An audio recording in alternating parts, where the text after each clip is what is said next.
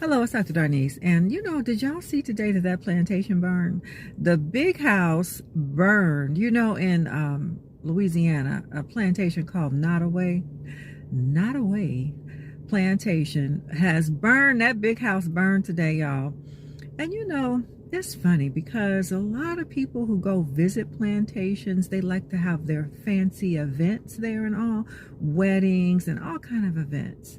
Now, they don't like for us to call it a plantation. I live here in Georgia, and there's many places where they're changing the name from plantation to historic site because, as we know, they are not comfortable having to revisit their history with us in it. They're very uncomfortable, to the point that they want to erase our history, to the point that they want to ban our books, to the point that they want to eliminate our history from university programs. I know, because I'm a college professor and I teach African American religion and history, and they trying to have me in the crosshairs. Anyway, isn't it funny that these particular places that they love to go to represent such a genteel way of life, right? It represents for them a certain aspect of American life that they would like to go back to. They just thought, well, this was just such a gentle way of life and everything was so sweet and easy and, life was good.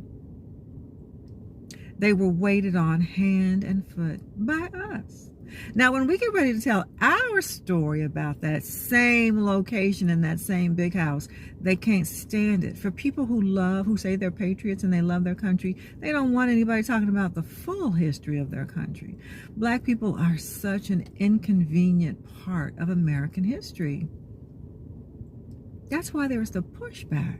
That's why they want to ban our books and ban our history, because then they cannot tell the narrative the way they want to tell it. Black people become an inconvenient fly in the ointment. Well, the universe, karma, what have you, has stepped in today and decided that Nottoway Plantation shall be burned to the ground. And I can't help but think, somebody's ancestors, they just got up today and said, I just can't stand to look at this place not one more day. Let's see what we're going to do about that.